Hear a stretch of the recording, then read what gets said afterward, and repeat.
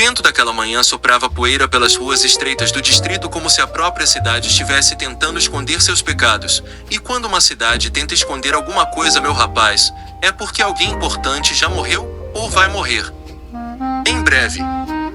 Naqueles tempos o nome dos juízes já fazia homens armados tremerem mais do que patrulhas inteiras de homens-serpentes. E dentre todos os nomes, um em especial fazia até prefeitos engolirem seco antes de dormir: a açougueira distrital, uma mulher envolta botas longas marcando o chão de madeira das tavernas como marteladas de sentença. Ela não precisava anunciar quem era, o silêncio fazia isso por ela. E naquela manhã nublada ela entrou no distrito como sempre fazia, sem escolta, sem pressa, sem medo. A multidão se afastava naturalmente como animais sentindo um predador maior se aproximando. Alguns comerciantes fechavam as barracas, outros apenas fingiam não olhar, porque olhar demais para um juiz também podia parecer ameaça, e ameaça era uma palavra perigosa naqueles anos. Ela usava um sobretudo pesado de couro escuro e uma máscara estranha semelhante ao crânio de alguma ave misturado com um animal impossível de identificar.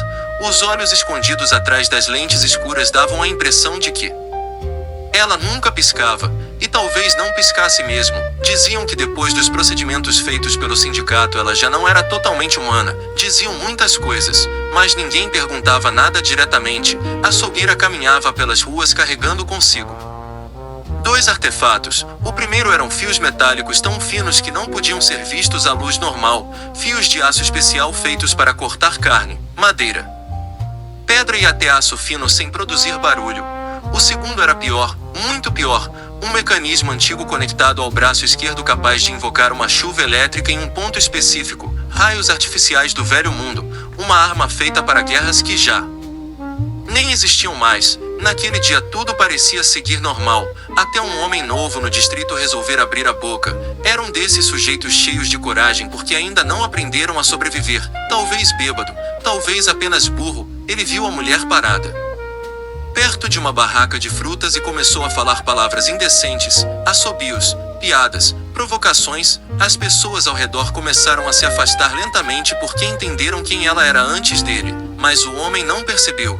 Continuou sorrindo, continuou falando, e então a rua ficou silenciosa. A açougueira apenas virou lentamente a cabeça para ele. Nem parecia irritada, muito pelo contrário, ela parecia divertida. E foi isso que deixou todos mais assustados. Ela inclinou levemente o rosto e respondeu numa voz calma demais para aquela situação: achei você fofinho. O homem riu. Achou que havia vencido. Achou que a mulher tinha gostado da brincadeira. Então ela moveu apenas 2 dedos. Só isso, 2 dedos. E num segundo seguinte a mão direita do homem caiu no chão ainda segurando a garrafa que carregava. O corte foi tão perfeito que por um instante ele nem percebeu, até o sangue começar a jorrar como uma mangueira rompida. O grito veio depois, um grito tão desesperado que até os bêbados da taverna pararam de rir. O homem caiu ajoelhado, segurando o braço mutilado enquanto tremia de dor, e ela apenas se aproximou devagar, pegou um saco de frutas vazio na barraca ao lado, colocou a mão amputada lá dentro, e falou calmamente como uma professora corrigindo uma criança: se eu te ver aqui de novo, vai ser sua cabeça que eu levo. Depois saiu andando como se nada tivesse acontecido, e ninguém, absolutamente ninguém, teve coragem de impedir, porque naquele mundo os juízes não eram apenas autoridades, eles eram um medo vestido de gente. Dias depois outro problema surgiu no distrito. Uma pequena guilda havia sido acusada de traição. Negociavam armas, pólvora e informações com homens-serpentes em troca de ouro e proteção. Traição ao conselho, traição ao sindicato. E naquele tempo traição tinha apenas uma punição: praça pública, execução. O povo inteiro foi reunido diante da estrutura de madeira erguida no centro da cidade. Os condenados estavam amarrados e vendados. Alguns choravam, outros rezavam. Um deles chegou a vomitar de nervoso antes mesmo da sentença começar, e no meio da multidão estavam Felipe, Kenji e Natasha. Os 3 ases de ouro haviam retornado de uma missão naquela manhã e apenas seguiram o fluxo da população até descobrirem o que acontecia. Natasha observava os condenados sem qualquer piedade. Para ela traição era pior do que morte. Felipe permanecia calado analisando os arredores, e Kenji apenas suspirava como quem já tinha visto desgraça demais na vida. Então ela apareceu novamente, a açougueira, subindo lentamente os degraus da plataforma de execução. O vento fazia-o, sobretudo dela balançar enquanto os condenados começavam a entrar em pânico. Ela retirou um pequeno pano branco do bolso, limpou calmamente as luvas, e então ergueu a mão.